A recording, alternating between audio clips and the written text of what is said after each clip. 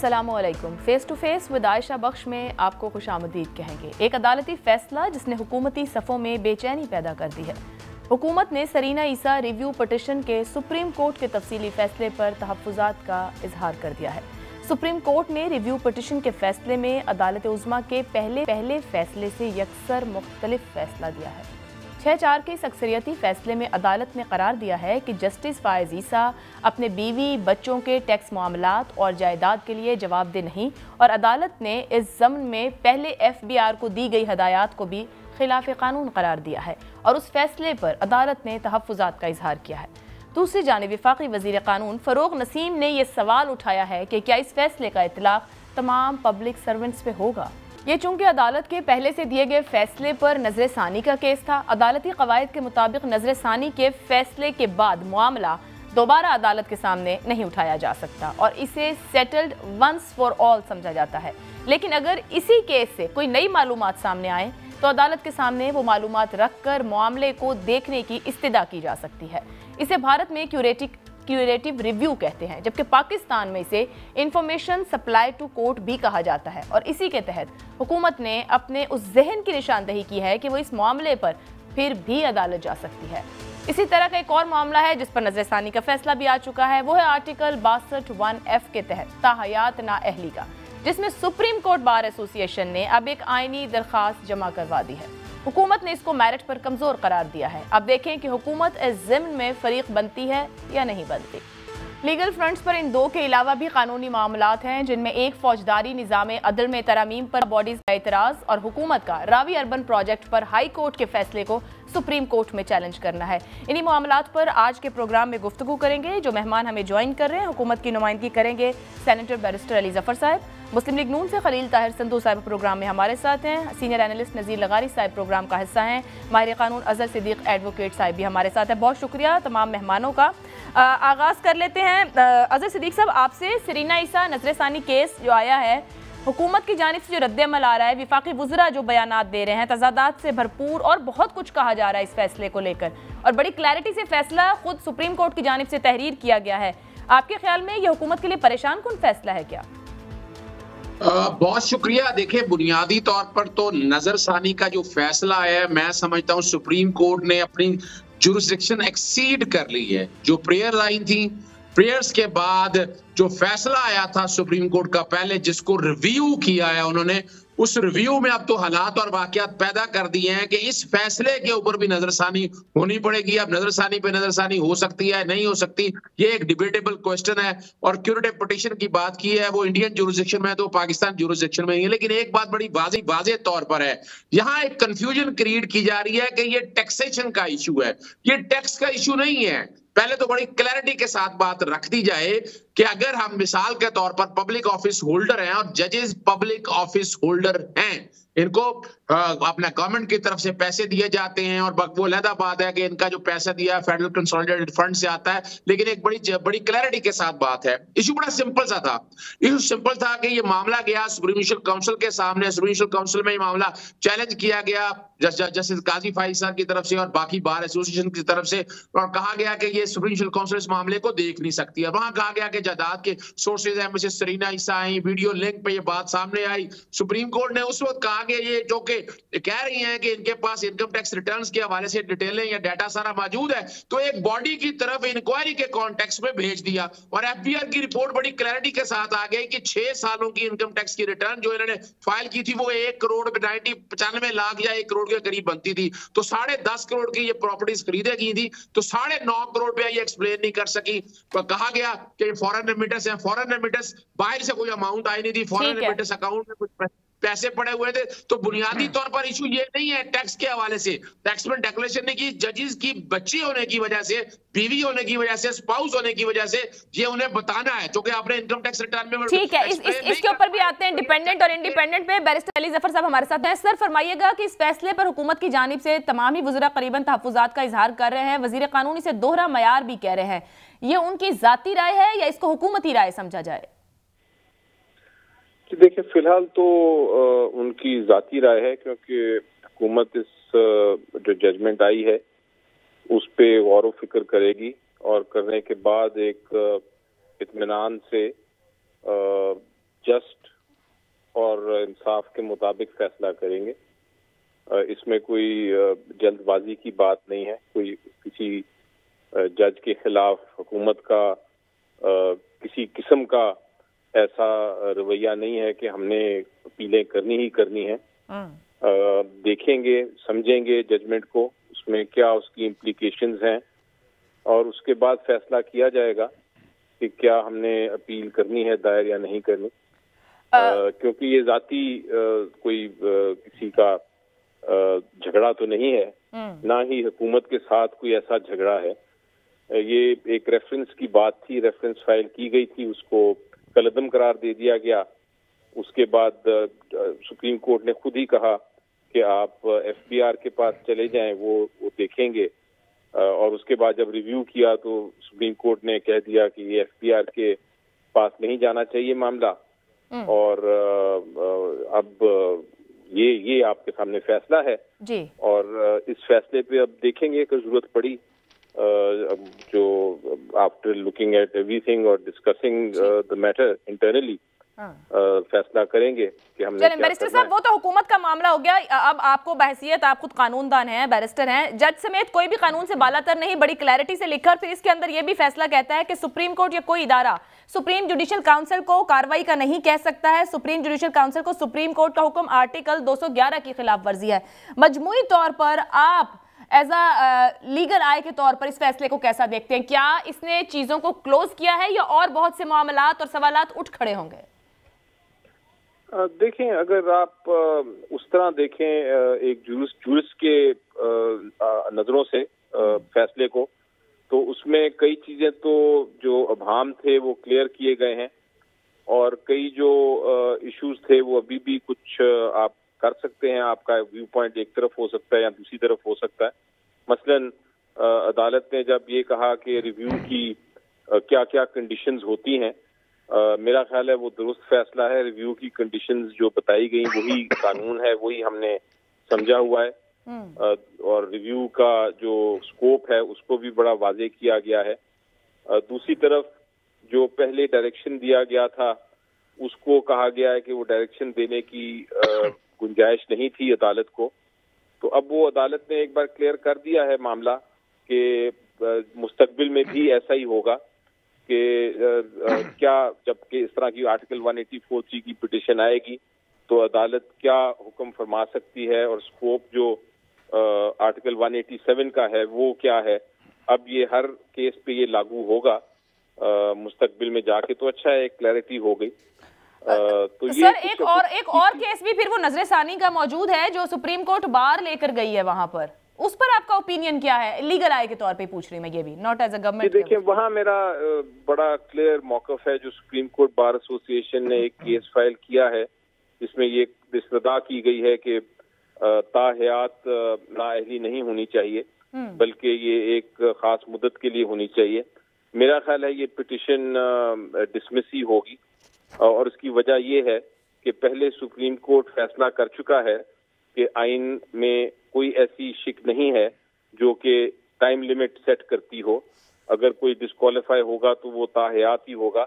और supreme court ने बड़ा वाज़ेह तौर पे अपनी पहली जजमेंट में कहा है कि हमारा काम आइन में तब्दीली नहीं है, हम तरमीम कर ही नहीं सकते, ये पार्लियामेंट का काम है। और यही जूरिस्प्रूडेंस है, यही हमारा आइन कहता है कि सुप्रीम कोर्ट सिर्फ तशरीह कर सकता है आइन की, लेकिन अगर आइन में कुछ नहीं लिखा, अगर कोई मुद्दत नहीं लिखी हुई तो सुप्रीम कोर्ट तशरीह के मद में उसमें कंडीशन नहीं डाल सकता। और यही फैसला होगा आगे चल के भी। मुझे लगता है सुप्रीम कोर्ट बार एसोसिएशन को चाहिए था कि पार्लियामेंट में ही जाते, जैसा सुप्रीम कोर्ट ने पहली जजमेंट में कहा था। ये जो सुप्रीम कोर्ट बार एसोसिएशन एक तरह से एक केस पे अपील दायर कर रही है, ये पॉलिटिकल केस है और तासुर ये मिलता है, जो शायद गलत तासुर हो लेकिन तासुर जरूर मिलता है जो नहीं मिलना चाहिए। जिस तरह के सुप्रीम कोर्ट बार एसोसिएशन की खास शख्स के लिए या कोई इंडिविजुअल्स के लिए ये केस फाइल कर रही है। हालांकि सुप्रीम कोर्ट बार एसोसिएशन ने बहुत बार केसेस फाइल किए हैं, लेकिन वो हमेशा केसेस होते हैं या जमहूरियत के साथ ताल्लुक होता है या उनका कोई बुनियादी हकूक के साथ ताल्लुक होता है। तो इसका आपके ख्याल में बुनियादी हकूक से कोई ताल्लुक नहीं है? जजेस की आज़ादी के साथ ताल्लुक होता है।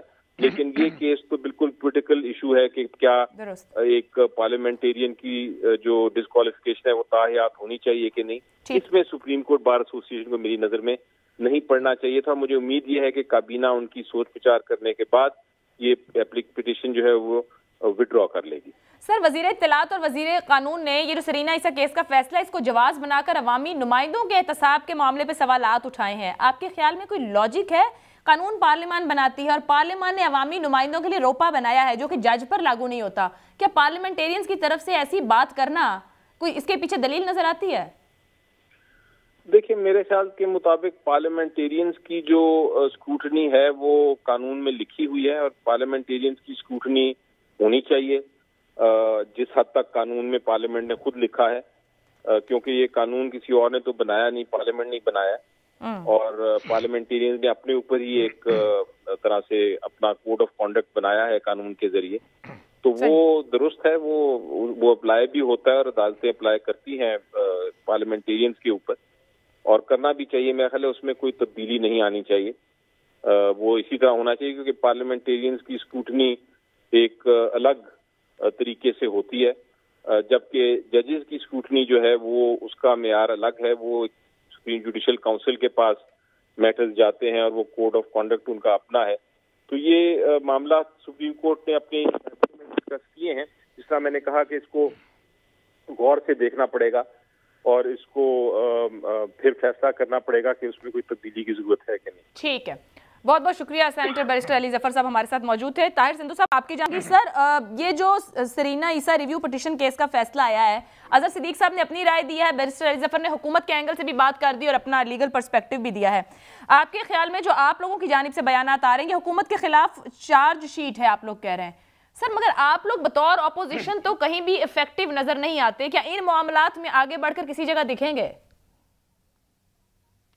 बहुत शुक्रिया। मैं इसको as a lawyer, student of law, इस पे बात करूंगा। सबसे पहले मुझे बहुत एहतराम है हजरत सदीक साहब का, लेकिन आई डू नॉट अंडरस्टैंड कि what is the malice and jealous against Qazi Faez Isa और ख़ास तौर पर फ़रोग नसीम। और मैं तो नहीं समझता था कि फवाद चौधरी भी ऐसे बात करेंगे कि फ़रोग नसीम साहब जैसा बंदा जो परवेज़ मुशर्रफ का भी वकील था, फिर इमरान खान का वकील था, जो उसके साथ उन्होंने अब तक किया, और अब वो इनका मतलब काजी फायज ईसा के खिलाफ वकील हुआ, फिर अल्ताफ़ हुसैन का वकील था। लेकिन उनका लफ्ज़ार, उनका पेशा, वो काम अपना करें। लेकिन एटलीस्ट जो मेरे उस्ताद मोहतरम अजहर सदीक साहब ने फरमाया है इंतहाई इज़्ज़त एहतराम के साथ कि ये नोटिस एफबीआर ने 216 वाले जो बात कर रहे हैं कि एफबीआर का कोई तलक नहीं, नोटिस ही एफबीआर ने दिया था सरीना ईसा को, और उसमें ये लिखा है, उसमें बड़ा क्लियर कट उन्होंने इसको फाइनलिटी इसकी अब हो गई है कि इंटरप्रेट ये किया कि what is the difference between जो इंडिपेंडेंट चिल्ड्रन है, इंडिपेंडेंट स्पाउस है या डिपेंडेंट है। उस हवाले से सुप्रीम कोर्ट ने तो बल्कि इसका जो दायरा कार है उसको और ज्यादा वसी किया है। लेकिन एक बात जो उन्होंने स्टेट बैंक में बड़ी चालाकी की, इनको शायद पहले कहीं से भिंग पड़ गई थी कि इन्होंने उसमें कर दिया कि जो स्टेट बैंक का जो हेड है या गवर्नर है वो किसी के भी जो है अपना इनकम टैक्स चीजें वो देख सकता है, हालांकि दिस इज अ सीक्रेट, ये नहीं देख सकता। मेरे ख्याल में अभी तक बहुत सारे लोगों ने फैसला नहीं पढ़ा, मैंने चूंकि पढ़ लिया और मेरे उम्मीद है मुझे कि ऑनरेबल अजहर सदीक साहब भी पढ़ा होगा। इसमें कोई ऐसी बात नहीं है और ये फ़रोग नसीम साहब मुझे नहीं पता क्या करवाना चाहते हैं। और एक अकेले जस्टिस काइज फायज ईसा जुडिशरी बड़ी काबिल एहतराम है, इस तरह की बातें करना और उनके खिलाफ उनके बातों पे जाना, और जो वो उन्होंने लैंग्वेज यूज की है कि कोई उनको छू नहीं सकता, शर्म आनी चाहिए ऐसी बातों पे उनको बात करते हुए। तो ये बिल्कुल तरीकाकार गलत है। नंबर वन, वो ऑनरेबल जस्टिस है अपना और आने वाले चीफ जस्टिस है पाकिस्तान के। मुझे नहीं पता इनको उनसे उनकी वजह से वो कहते हैं प्राइज जांच शहमक नचे, इनको पता नहीं क्या तकलीफ है उनसे, क्या मसला बार बार। लेकिन मैं कोई उनका वकील नहीं हूँ, बट एज ए लॉयर मैं ये कहना चाहता हूँ कि he is highly respectable person और उस बाप का बेटा है जिसने कायदे आज़म मोहम्मद अली जिन्ना का साथ दिया था। जी सर, ठीक है। मैं नज़ीर लगारी साहब आपकी जानिब आऊंगी। आपके ख्याल में ये फैसला हुकूमत के लिए परेशानी का बायस बना है और रिव्यू तो मामला खत्म हो गया, क्या कोई रेमेडी हुकूमत के पास है? और ये जो अभी सिद्धू साहब बात कर रहे थे कि फ़रोग नसीम साहब क्या करना क्या चाह रहे हैं या करवाना क्या चाह रहे हैं, क्या हुकूमत कुछ और भी सोच रही है करने को? बहुत शुक्रिया। और इतने बड़े माहिरीन कानून और इतने बड़े आइन की तशरीह करने वाले और आइन को समझने वाले बड़े माहिरीन के बाद में बात करना मुझे बड़ा अजीब सा लग रहा है। पहली बात तो ये है कि सुप्रीम कोर्ट की एक जजमेंट आ चुकी थी, फिर रिव्यू में भी एक जजमेंट आ चुकी थी, और अब ये आया है जो फ़ैसला, इसके बारे में कुछ चीज़ें जो हैं उनकी और ज़्यादा वजाहत हो गई है और ज़्यादा उसको वजाहत से बयान किया गया है। असल में हुकूमत के इंटेंशन का मसला है। हुकूमत का इंटेंशन ये था कि टारगेट किया जाए एक जज साहब को, ये लग रहा था और सब लोग यही समझ रहे थे कि उनके टारगेट पर है और हुकूमत थी, हुकूमत के पीछे कोई और था या किस तरह के लोग, अफराद, गिरोह जो है वो चाहते थे कि इनको जो है किसी अंजाम से दो चार किया जाए। तो ये कार्रवाई शुरू हुई और उसके बाद जब सुप्रीम कोर्ट ने देखा, और सुप्रीम कोर्ट के पेश नज़र भी ये था कि अगर एक बिरादर जज को अगर हम घेर घार के एक ऐसी पोजीशन पर ले जाते हैं कि जहां पर उनको जो है वो सुप्रीम जुडिशल काउंसिल के ज़रिए या किसी भी तरीके से अगर हटा दिया जाता है तो रास्ते का कांटा निकल जाएगा। अगर रास्ते के कांटे को साफ़ करना था तो उसके तमाम आइनी जो उसके अप्स एंड डाउन्स थे और तमाम जो लवाजमात थे उन्हें ज़रूर पेश नज़र रखना चाहिए था। तो बोलना कि ये रहा था कि एक जज्बा है इंतकाम का और उसको किसी न किसी तरह से पूरा करना है और कोर्ट ने फिर उसको ज़ाहिर है उस कोर्ट ने अपने आप को भी तो देखना है ना, पेश नज़र रखना है और जो लार्जर बेंच था उसके अंदर जो लोग शामिल थे जो फैसला कर रहे थे उन्हें भी तो ये बात पेश नज़र रखनी थी कि इन चीज़ों को लेकर ये फिर आगे किसी भी जुडिशरी में किसी भी जज साहब को जो है वो निशाने पर ले सकते हैं। तो इस दरवाजे को बंद किया जाना था। लगारी साहब, आपके ख्याल में हुकूमत इसी मामले को दोबारा परसू कर सकती है या किसी भी नई इंफॉर्मेशन के होते हुए दोबारा बढ़ेगी या बस हुकूमत अब इसको क्लोज कर देगी वंस फॉर ऑल?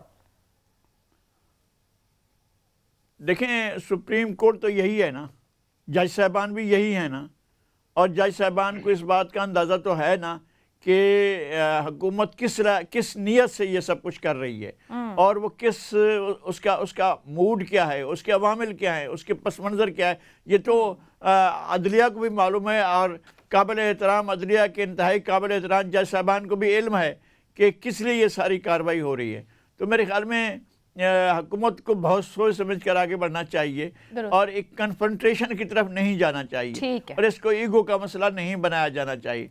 और अगर बनाते हैं तो फिर जलाएं जी, ठीक है, सबका अक्रॉस द बोर्ड एक और इदारा बना लें, आप आइन में जाकर तरमीम करें कि एक इदारा हो कि जिसके पास पार्लियामेंटेरियंस का भी आप एहतसाब करें और जुडिशरी का भी एहतसाब करें और तमाम इदारों का, यानी जाएं जजेस का, जर्नलिस्ट का, हम लोगों का, सर इदारे तो सबके एहतसाब को मौजूद है, बस एहतसाब नहीं होता। लगारी साहब, मैं ये जो सवालात आपने उठाए अजहर सिद्दीक साहब, बार बार इंटेंशन की बात की गई है यहाँ पर कि मसला हुकूमत के इंटेंशन का था। फैसले में बड़ी वजाहत से लिखा है कि जस्टिस काजी फायज ईसा की अहलिया और उनके बच्चों के टैक्स मामलात पर आज खुद नोटिस का इख्तियार इस्तेमाल नहीं किया जा सकता। जज कोड ऑफ कंडक्ट के मुताबिक अहले खाना के मामले पर जवाबदेह नहीं है अगर वो इंडिपेंडेंट है। सर, कुछ फैसले के अंदर जो ऑब्जर्वेशन है वो काफी सख्त भी हैं। जस्टिस याह्या अफरीदी ने इनकम टैक्स ऑर्डिनेंस के सेक्शन 216 की खिलाफ वर्जी बात की और कहा कि उसकी खिलाफ वर्जी करते हुए सरीना ईसा के जो टैक्स रिकॉर्ड हैं उनको पब्लिक करना जो था वो गैर कानूनी अमल था और साथ ये भी कह दिया गया कि वजीर आजम की मिली भगत से सब हुआ। सर, सख्त भी दरमियान में बातें हैं। आपके ख्याल में क्या वाकई हुकूमत की इंटेंट सबसे बड़ा मामला बन गई और क्या हुकूमत वंस फॉर ऑल इसको सेटल्ड समझेगी या कुछ न्यू इन्फॉर्मेशन के साथ ये मामला आगे भी बढ़ सकता है? बहुत शुक्रिया। मेरे भाई खलील ताहिर सिंधु ने जजमेंट शायद पूरी पढ़ी नहीं है। आज मैं आपके सामने थोड़ा सा, नजीर लगारी साहब ने भी हवा में बातें कर दी, इंटेंशन की बात अभी तक मैला फीडी सामने आ नहीं सकी, आपने अभी तक मैला फीडी बड़े वाज़ेह तौर पर आ नहीं सकी है। समझना ये है कि इस जजमेंट ने क्लियर कर दिया कि इंफॉर्मेशन तो थी, इंफॉर्मेशन गलत तरीके से ली थी। यानी एक बात तो एडमिट होगी कि जायदादें थी और जायदादों की इंफॉर्मेशन गलत तरीके से ली थी। बड़ा सिंपल, यानी एक बात तो बड़ी वाज़ेह तौर पर आ गई। और बदनीति किस बात की है? सिंपल सी बात है, अब मैं आपके सामने बड़ी क्लैरिटी के साथ रखता हूं, ये मिसकंडक्ट से निकल के अब जो मामला जा रहा है ये करप्शन एंड करप्ट प्रैक्टिसेस के हवाले से जा रहा है, सेक्शन 9 के हवाले से। और जजेस जो है ना पब्लिक ऑफिस होल्डर है। सेक्शन 9 के अंदर 9(5) पढ़ते हैं कि स्पाउस, डिपेंडेंट, आपके जो भी हो, बेनामीदार हो, जब उनके नाम पर अगर जायदाद हो, अगर वो एक्सप्लेन ना कर सके तो यहाँ तो क्लियर होगी ना, मिसेस सरीना ईसा इसको एक्सप्लेन नहीं कर सकी, उनके पास सोर्स नहीं था, उन्होंने डिक्लेयर नहीं किया था, तो ये कंसिडर होगी जायदाद जनाब जस्टिस काजी फायज ईसा साहब की। अब ये चाह रहे हैं सुप्रीम कोर्ट, अगर ये मिसाल के तौर पर इसकी 2 रेमेडीज हैं। एक तो बड़ी वाज़ेह तौर पर है, सेक्शन 9 के तहत नैब इस मामले को इंक्वायर कर सकती है, जैसे हम पब्लिक ऑफिस होल्डर के हवाले से है। सुप्रीम जुडिशल काउंसिल इस मामले को नहीं देखना चाहती है, तो रेमेडी तो एक है और वो वो रेमेडी बड़ी वाज़ेह तौर पर है। इसमें बदनीति का एलिमेंट मेरी समझ से बाहर है कि एक आदमी को एहतसाब होना है। भाई क्या जजेस एहतसाब से बालातर, यानी एक पार्लियामेंटेरियन के बच्चों इस फैसले में बार-बार वजाहत से लिखा है कोई भी एहतसाब से बालातर नहीं है। ये तो बड़ी क्लैरिटी से बार-बार लिखा, कानून के मुताबिक हर एक का एहतसाब होना है जो जिस कानून के नीचे आता है। बस मैं कानून में आपके सामने रख दिया ना कि सुप्रीम जुडिशियल काउंसिल ने अभी तक इसकी इंक्वायरी और इन्वेस्टिगेशन नहीं की है। अब कर सकती है, करे सुप्रीम जुडिशियल काउंसिल। अगर सुप्रीम जुडिशियल काउंसिल नहीं करती है तो फिर नैब के तहत सेक्शन 9 के तहत इसकी इंक्वायरी भी हो सकती है। और देखिए अदलिया की आजादी सर फैसला कहता है सुप्रीम जुडिशियल काउंसिल सिर्फ जज को देख सकती है, जज के अहले खाना को नहीं देख सकती। अगर वो बच्चों को नहीं देख सकती, अगर वो इंडिपेंडेंट अपने सोर्स रखते हैं और इंडिपेंडेंट अपने आप को टैक्स फाइलर है और सब कुछ है, तो फिर अगर वो डिपेंडेंट नहीं तो फिर एसजेसी नहीं उसको देख सकता। देखिए मैं आप सही फरमा रही हैं, बिल्कुल सही फरमा रही हैं। टैक्स का केस क्या है? टैक्स का केस है कि 5 साल गुजर गए आप नहीं पूछ सकते, यानी उनके पास सोर्स नहीं है। बड़ी मैं और दूसरा बता दूं ये टैक्स का केस नहीं है, आप समझिएगा। अजहर सिद्दीक एक वकील है, वो क्या करता है स्मगलिंग भी करता है, अपनी वकालत से टैक्स देता है, स्मगलिंग के पैसे का भी टैक्स डिक्लेयर कर देता है। तो टैक्स तो दे दिया, स्मगलिंग जो एक जुर्म है उसका टैक्स से कोई ताल्लुक नहीं है। यहाँ बड़ी सीधी सी बात है, डरना किस बात का है? जजिस को डरना भी नहीं चाहिए, उन्हें चाहिए कि सुप्रीम जुडिशियल काउंसिल के सामने ये मामला आ जाए, नहीं तो नैब की एक इंक्वायरी हो जाए। और नैब की इंक्वायरी होना बड़ा खतरनाक टॉपिक है, अदलिया की आजादी के हवाले से है। बड़ी सिंपल सी बात है, क्या होगा यानी अगर एक पब्लिक ऑफिस होल्डर नैब तो जज तक नहीं जा सकता ना अजहर सिद्दीक साहब। होता है, हम क्यों चाहते हैं इस मामले के हवाले से आज तक सोर्स नहीं बता सका। अगर आप एफबीआर की रिपोर्ट पढ़ लें, एक एक चीज बड़ी क्लैरिटी के साथ मौजूद है। हमें बड़ी सिंपल सी बात है, मैं नहीं समझता सारे मसले में कोई बदनीति का एलिमेंट अभी तक नहीं आया। अगर वो सोर्स बता देते, सोर्स सामने आ जाता, ट्रेल सामने आ जाता, फिर आप कह सकते थे बदनीति का एलिमेंट है। या तो सुप्रीम जुडिशियल काउंसिल देखे इस मामले को और या फिर नैब को देखना होगा। फैसला तो एक तरफ होना होगा। दूसरा मैं बता दूं, सेक्शन 216 की शायद किसी ने पढ़ा नहीं है। सेक्शन 216 के हवाले से जब पब्लिक ऑफिस होल्डर है तो पब्लिक ऑफिस होल्डर के हवाले से एक बड़ा कानून बड़ा क्लियर है। जो सर्वेंट जो पब्लिक सर्वेंट है वो 2012 में रूल 13 आ गया था। रूल 13 में लिखा है asset to be made public, the asset of those who are paid from the government exchequer shall be made public. 216 के हवाले से कहें कि आप एक टैक्स गुजार की मालूमात नहीं ले सकते, नहीं ले सकते। ये जस्टिस जायजा अफरीदी साहब का एक सेपरेट नोट है, उसकी कानून और आईन में हैसियत कोई नहीं, लेकिन उन्होंने साथ एक ये भी कहा है कि एक जज को पिटीशन खुद फाइल नहीं करनी चाहिए थी। तो फिर उसूली तौर पर अगर आप एक तरफ अगर आप कह रहे हैं कि जहां बैठकर ये इन्फॉर्मेशन गलत आ गई, तो दूसरी तरफ वो जज साहब ये भी कह रहे हैं कि सुप्रीम कोर्ट का जज एक पिटीशन नहीं फाइल कर सकता। जिस तरह से इसके अंदर फरोग नसीम, शहजाद अकबर, वजीर आजम का नाम लिया गया और उनके ऊपर चीजें रखी गई हैं, क्या सरीना ईसा साहिबा भी अपना केस फाइल कर सकती है इनके खिलाफ? देखिए मैं बड़ी क्लैरिटी के साथ बता दूं, अगर वो ये करना है तो फिर दूसरा तस्वीर का रुख है कि जस्टिस काजी फाइज़ साहब को शायद इस्तीफा देना पड़ जाए, क्योंकि वो बुनियादी तौर पर वो पिटीशन फाइल नहीं कर सकते थे अगर जस्टिस जायजा अफरीदी का सेपरेट नोट को आपने आगे लेकर चलना। और दूसरा मैं अली जफर साहब की एक बात से मैं इसलिए इत्तेफाक नहीं करता कि क्यूरेटिव पिटीशन हुकूमत पाकिस्तान फाइल कर चुकी है, एफबीआर भी फाइल कर चुकी है। ये कहना कि बैठ के अभी गवर्नमेंट इसका डिसीजन ले चुकी है और क्यूरेटिव पिटीशन अब पेंडिंग है। वंस फॉर ऑल ये फैसला अब होना है कि जजेस क्या एहतसाब से बालातर है, ये बदनीति वाला एलिमेंट एक तरफ रख दे। सर यहाँ तो बात ही नहीं ना हो रही, उनके फैसले में बार बार कहा जा रहा है सुप्रीम जुडिशियल काउंसिल प्रेसिडेंट के कहने पे रेफरेंस फाइल कर सकती है किसी भी जज को लेकर, तो सिर्फ जज जाएगा सुप्रीम जुडिशियल काउंसिल में, कोई और नहीं। और जो घर वाले लोग हैं वो दीगर कवानीन के नीचे ट्रायल होंगे। आप मिक्स नहीं कर रहे बार बार दोनों को? कोई भी जा सकता है, आप जा सकती है, मैं जा सकता हूं। एक दरखास्त ऑलरेडी सुप्रीम जुडिशियल काउंसिल के सामने पेंडिंग है, सुप्रीम जुडिशियल काउंसिल को उसका मैटर डिसाइड करना चाहिए। सिंधु साहब अगर इसको कोई कमेंट करना चाहें तो कर दे, मैं फिर ब्रेक लूंगी इस पे। जी बहुत शुक्रिया। मैं समझता हूं कि मेरे मोहतरम सीनियर अपना अजहर सदीक साहब जो कुछ कह रहे हैं, एक तो उनकी जो इंटेंशन थी वो खुल के बाहर आ गई है। वो तो बता रहे हैं कि रेमेडीज हैं, दो रेमेडीज दे रहे हैं। नहीं, कोई रेमेडी नहीं है, कोई रेमेडी नहीं है। मिस जो उन्होंने इजाफी नोट दिया है उसका जो इनके कोई लीगल बाइंडिंग नहीं है, वो अखलाकी तौर पे बाइंडिंग है गवर्नमेंट पे, लेकिन अखलाक उनके पास है ही नहीं है।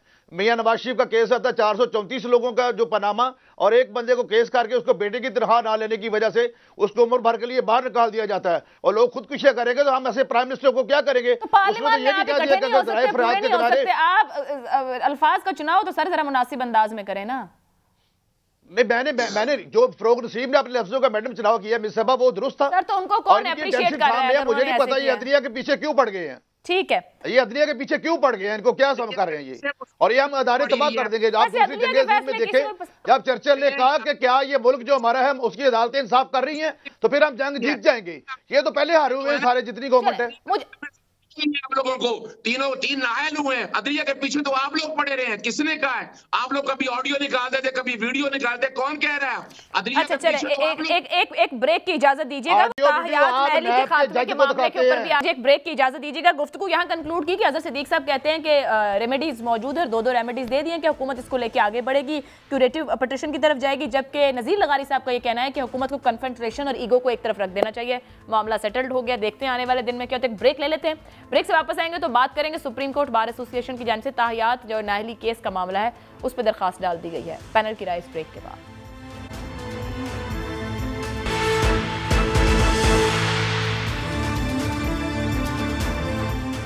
प्रोग्राम में आपको एक बार फिर खुशामदीद कहेंगे। जो दूसरा अहम मामला इस वक्त मौजूद है, सुप्रीम कोर्ट बार एसोसिएशन की जानिब से आर्टिकल 62(1)(f) के तहत जो ताहियात नाहली है वो उस मामले पर सुप्रीम कोर्ट चली गई है।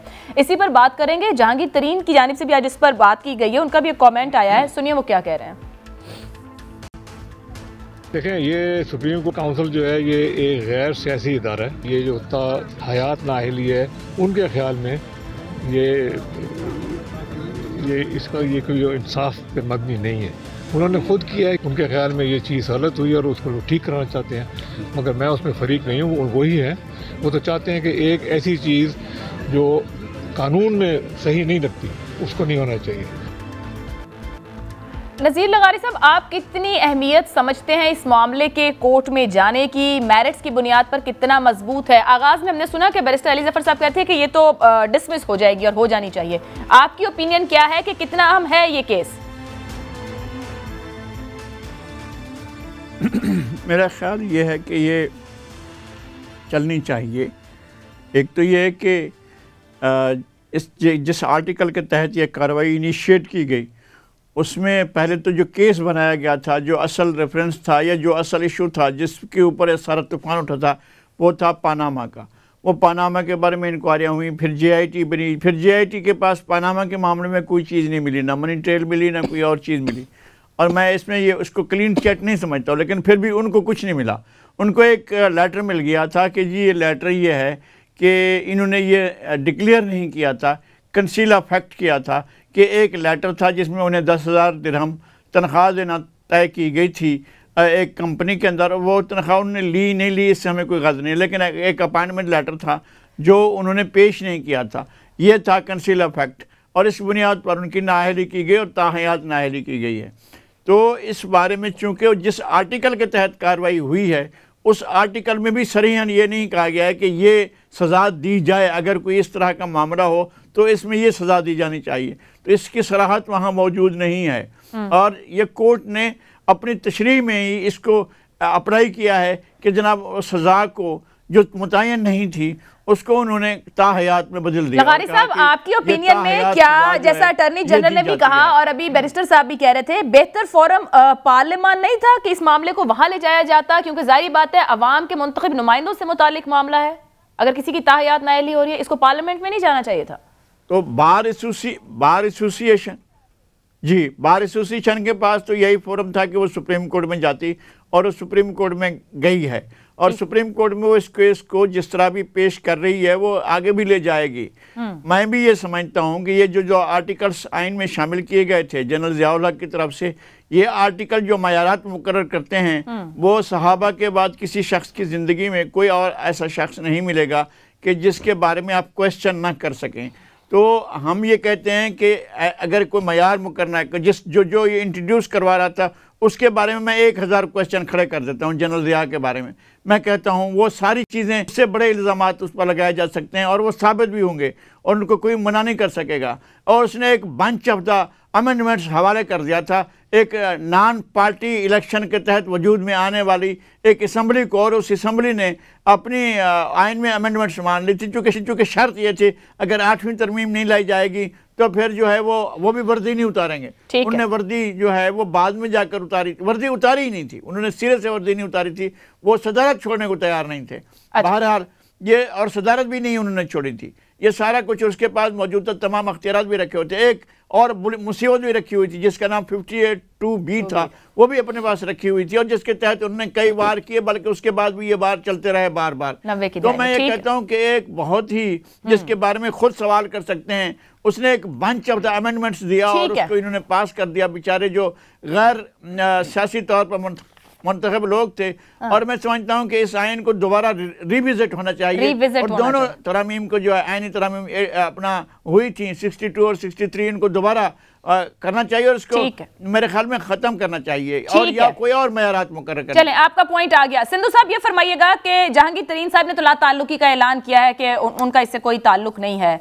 ये जो supreme court bar supreme court गई है, आप लोगों की तो बहुत उम्मीद जागी होगी। बहुत शुक्रिया मिस आयशा बख्श। ये जो अभी लगारी साहब ने कहा, मैं वही मेंटली उनके साथ एग्री करता हूं कि ज़ियाउल हक ने तारीखी बददियानती करके बहुत सारे ऐसे कवानीन मुतारफ करवाए जो आज भी पूरे वर्ल्ड में हम तमाशा बनते हैं, नंबर 1।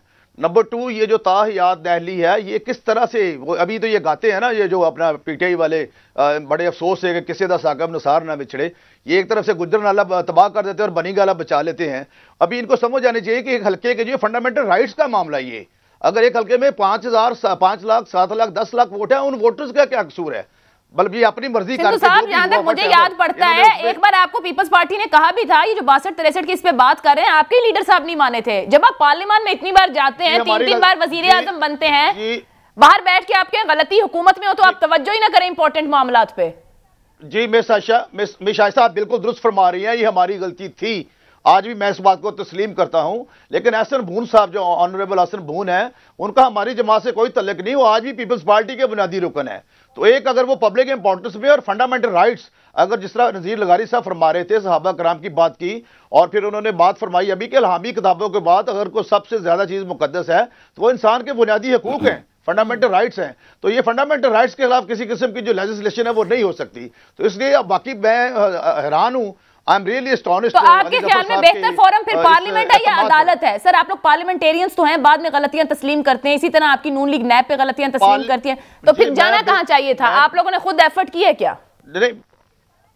नहीं मिसाशन हमें इसलिए नहीं की, हम नहीं गए इसमें कि सारी कौम को पता है कि जो मसीहा है कौम का, उसको किस तरीके से इन्होंने निकाला है और किस तरीके से इन्होंने जो भी वहां पे जाके वहां पे अभी किया है, अब भी वही एक ही नेवल बदला है, एक ही मुतबादला है इस पाकिस्तान का।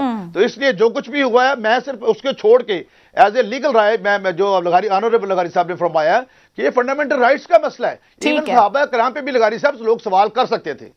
चले, मैं अब इसके ऊपर सिद्दीक साहब, ये फंडामेंटल राइट्स का मामला है या पिटीशन पॉलिटिकली मोटिवेटेड है? क्योंकि रिव्यू पिटीशन एक बार तो सेटल हो चुका, अदालत का टेकअप करना हुकूमत के लिए अच्छी खबर है या फिर फाइज ईसा केस की तरह हुकूमत भी दोबारा कोर्ट चली जाएगी? अच्छा, बड़ा हमारे पास असल में फैक्ट्स पूरे नहीं होते, चीजें हमने देखी नहीं होती हैं। 62(1)(f) जो है ना, 62 और 63 यकीनन अपना ज़ियाउल हक के दौर में आया था। 18वीं तरमीम के अंदर जब ये सारे मामला आए थे, तमाम सियासी जमातों ने 62 और 63 को रिव्यू करके अब इसको एंडोर्स जो है ना, आपकी जमहूरी ने किया है और बड़ा सर शर्मिंदा है, गलती तस्लीम कर रहे हैं। देखिए, मैं आपको बड़ी सिंपल सी बात बता दूं, सादक और अमीन को हम क्यों ये लेकर चले जाते हैं, इसमें कोई शक नहीं है कि आका दो जहां हुजूर नबी करीम सब, सादक और अमीन से मुराद है सच्चा और दयानतदार होना। सच्चा और दयानतदार होना तो हर एक भी क्वालिटी होनी चाहिए। यानी ये कहना कि वो वाले कौन से वो पैरामीटर की बात हो रही है, हम जरा आगे चलते हैं। इशू क्या है? इशू ये समझना है कि एक मुल्क का एक वजीर आजम जैसे दोहरी शहरियत रख नहीं सकता, तो दूसरे मुल्क का एक वजीर आजम जाके मुलाजमत नहीं कर सकता। अब ये कहना कि अकामा की शर्त ये है कि आप मुलाजम हो और तनख्वाहदार हो। अगर आप तनख्वाहदार नहीं है तो आपको बाकायदा वहां फौजदारी प्रोसीडिंग शुरू होती है। ये भी बात है कि आपने कागजात नामजदगी दाखिल कराए, उसमें आपने डिक्लेयर नहीं किया, और डिक्लेयर जब आपने नहीं किया तो मिस डिक्लेरेशन 62(1)(f) के तहत आती है, और हाई कोर्ट और सुप्रीम कोर्ट को ये इख्तियार है कि आपको नॉन सगेशियस राइटस प्रोफिलिगेट डिक्लेयर कर सकती है। इसको चैलेंज किया गया, और अब मैं हैरान होता हूं, हम सब बातें करें, हम कंटेम्प्ट कर रहे हैं। भाई सुप्रीम कोर्ट ने ये बैठकर अकामा की बुनियाद ये नहीं है, मिस डिक्लेरेशन है, उस पर रिव्यू भी खारिज हो गई। मैं इससे आगे चलता हूं आपको, और वो बड़ा अहम केस है, वो केस है Samiullah Baloch, PLD 2018 supreme court 405 5 member bench का फैसला है नवाज शरीफ साहब को जो ताहियात नाहली वाला मामला इनको नोटिस हुआ, गवर्नमेंट इनकी थी, अटॉर्नी जनरल, और इन्होंने बाकायदा इनडायरेक्ट तरीके से आसमा जहांगीर साहब को अपॉइंट किया इनका केस प्रोटेक्ट करने के लिए वहां आई। अब जरा सुनिएगा, इस जो पिटीशन जो फाइल की है इसमें कबा इस्तगफार के हवाले से किसी एक जगह नदामत हुई हो नवाज शरीफ को या पाकिस्तान मुस्लिम लीग नून को 62(1)(f) है क्या? ये है क्वालिफिकेशन के सेक्शन में, और क्वालिफिकेशन फॉर एवर होती है, फॉर डिसक्वालिफिकेशन आर्टिकल 63 के अंदर है कि वहां तौहीन अदालत में मैंने यूसुफ ज़ा गिलानी को जब नाहल करवाया था तो वहां पर है वो 5 साल तक इलेक्शन नहीं लड़ सकते। आप दोहरी शहरियत जब छोड़ देंगे इलेक्शन लड़ सकते हैं। आप डिफॉल्टर है, आप पैसे दे दें इलेक्शन लड़ सकते हैं। आपने गवर्नमेंट न्यूज नहीं दिए, वो क्लियर कर दें, आप इलेक्शन लड़िए। लेकिन 62(1)(f) के हवाले से प्रूफ तो करें अजहर साहब।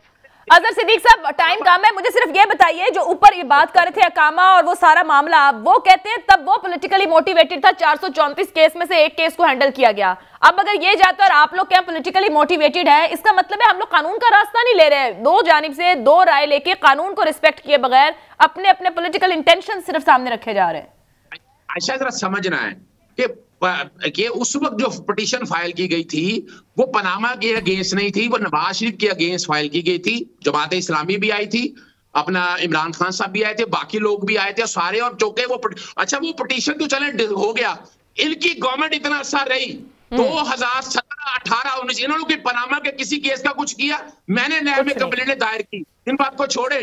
चलें इनसे मुख्तसर जवाब ले लो, इन्होंने कुछ क्यों नहीं किया, क्या कहते हैं? पिटीशन में बात करता जी अभी आगे अभी इंशाल्लाह बिल्कुल अजहर साहब ने दुरुस्त फरमाया, अभी आके करेंगे और इसको निकालेंगे यहाँ से इस आइन को, ये जो अपना ये ऐसी मुतजाद दफात हैं। और अजहर साहब आपका रिपोर्टेड केस है जिसमें आपने इसके खिलाफ बयान दिए हुआ है, आपने जजमेंट दिया सुप्रीम कोर्ट में कि ये जो ताहियात नली है ये नहीं होनी चाहिए, ये मेरे पास है, मैं अभी आपको व्हाट्सएप करता हूँ। आपने खुद इस पे ये वही मेंटली आर्ग्यू किया हुआ है। तो नून लीग जा रही है क्या कोर्ट?